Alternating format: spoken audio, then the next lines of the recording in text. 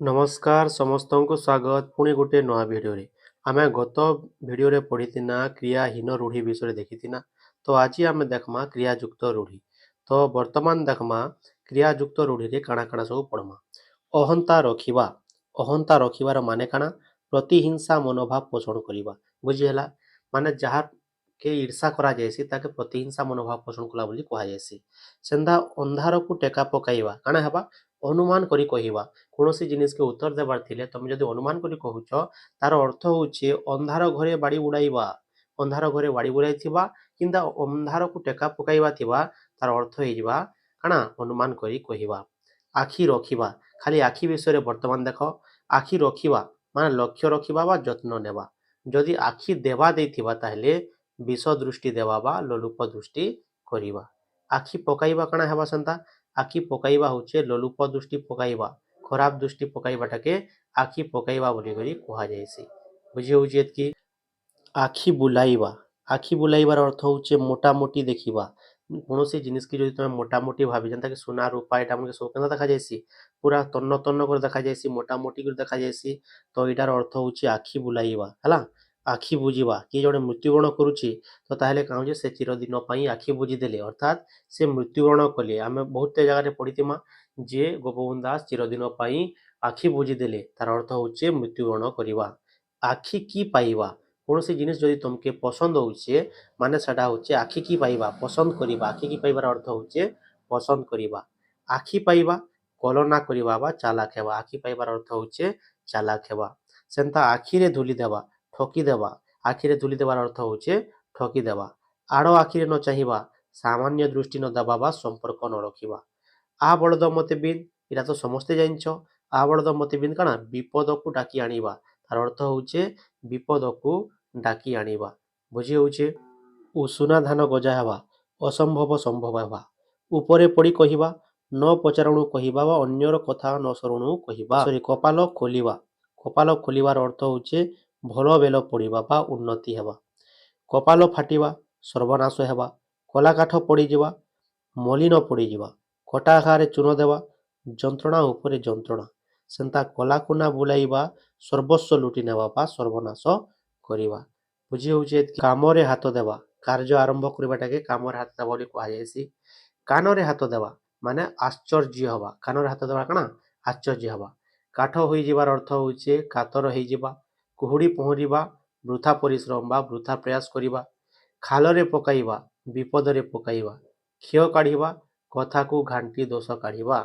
ଖାଇବା ପାତ୍ରରେ ଧୂଳି ଦେବା ଜୀବିକା ଛଡ଼େଇ ନେବା। ବୁଝି ହଉଛି? ଗୁଜୁରାଣ ମେଣ୍ଟାଇବା କଷ୍ଟ ସହି କୌଣସି ମତରେ ଚଳିବା। ଗାଲରେ ହାତ ଦେବା ଚିନ୍ତିତ ହେବା। ମୁଁ କହିଥିଲି ତମକେ କାନରେ ହାତ ଦେବା ବୋଲେ କାଣା? ଆଶ୍ଚର୍ଯ୍ୟ ହେବା। ଆଉ ଯଦି ଗାଲରେ ହାତ ଦେବା ଯଦି ପଚାରି ଦିଆଯାଏ ତାହେଲେ ତମେ କହିବ କାଣା? ଚିନ୍ତିତ ହେବା। ଗୋଡ଼ ହାତ ଧରିବା ବିନମ୍ର ଗୁହାରି କରିବା। ଗୋଡ଼ ଟେକି ବସିବା ପ୍ରସ୍ତୁତ ହୋଇ ରହିବା। ଚଲୁ କରିଦେବା ସବୁ ଶେଷ କରିଦେବା।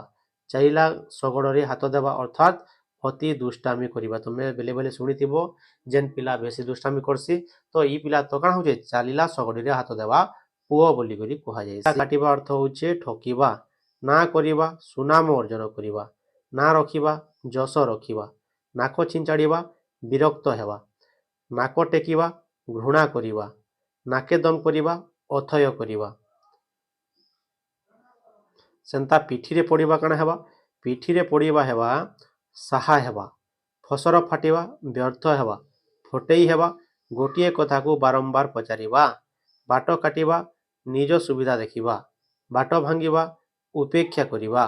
ବାଟ ମାରଣା ହେବା ମଝିରେ ଅନ୍ୟ ଦ୍ୱାରା ଅପହୃତ ହେଇଯିବା। ବାଟ ମାରଣା ହେବା ବୋଲିକରି କୁହାଯାଇସି। ତାପରେ ବିରାଡ଼ି ଝିଙ୍କିବା ଅନୁକୂଳ ବିଗାଡ଼ି ଯିବା। ବିରାଡ଼ି କପାଳକୁ ଶିକା ଛିଣ୍ଡିବା କାଣା ହେବା? ବିରାଡ଼ି କପାଳକୁ ଶିକା ଛିଣ୍ଡିବା ଇଚ୍ଛା ଅନୁସାରେ ସୁବିଧା ମିଳିବା। ଭାଲୁ ଧରାଇବା କୌଶଳରେ ଜଞ୍ଜଲାଗ୍ରସ୍ତ କରାଇବା। ଭୂତ ଖାଇବା ଅନ୍ୟ ହାତରେ ପଡ଼ିବା।